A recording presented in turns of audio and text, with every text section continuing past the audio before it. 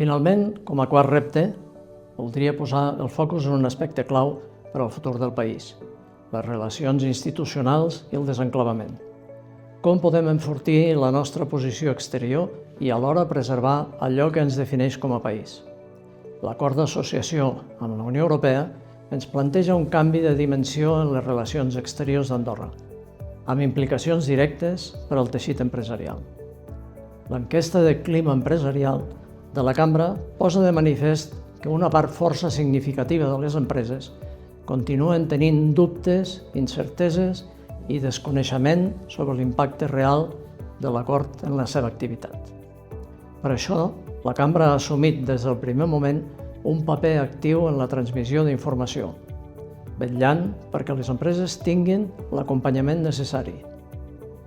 Ara volem fer un pas més ampliant l'abast d'aquest suport, fent-lo més accessible a tot el teixit empresarial i incorporant-hi veus independents que aportin una visió externa, objectiva i complementària.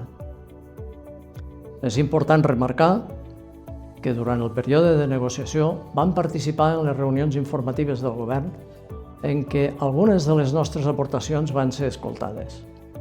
Aquesta implicació activa del teixit productiu és essencial per traslladar la realitat del dia a dia empresarial i millorar la qualitat de les decisions. La trobada amb la Cambra de Comerç de Liechtenstein ens ha permès constatar que l'aspecte més rellevant del model observat en aquest país és, sobretot, el procés de decision shaping, un mecanisme estructurat de participació i de construcció col·lectiva de les decisions. Aquest enfocament, basat en la implicació activa dels actors econòmics, socials i institucionals, garanteix que les estratègies definides responguin a les necessitats reals del país i que aquestes estratègies reforcin la seva capacitat d'adaptar-se davant els reptes de futur. D'altra banda, parlant d'enfortir la nostra posició exterior, valorem de manera positiva que el govern es plantegi participar en la creació d'una agrupació europea de cooperació territorial.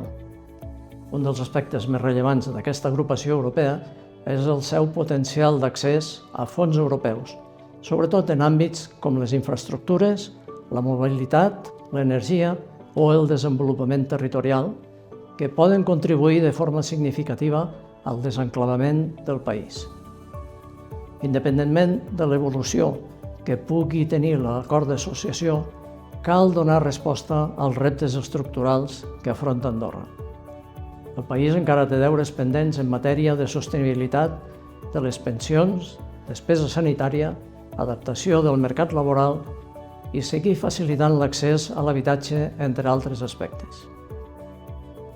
Per això, la Cambra ha tenint molt clar que ens cal un projecte de país propi, un pla de futur clar, realista i estructurat, que defineixi les prioritats del país més enllà del marc europeu. A la Cambra continuarem centrant els nostres esforços en allò que el país i les empreses realment necessiten. Volem que Andorra no només sobrevisqui al canvi global, sinó que també el lideri amb intel·ligència, ambició i prudència. El repte és majúscul, però també ho són les nostres capacitats com a país.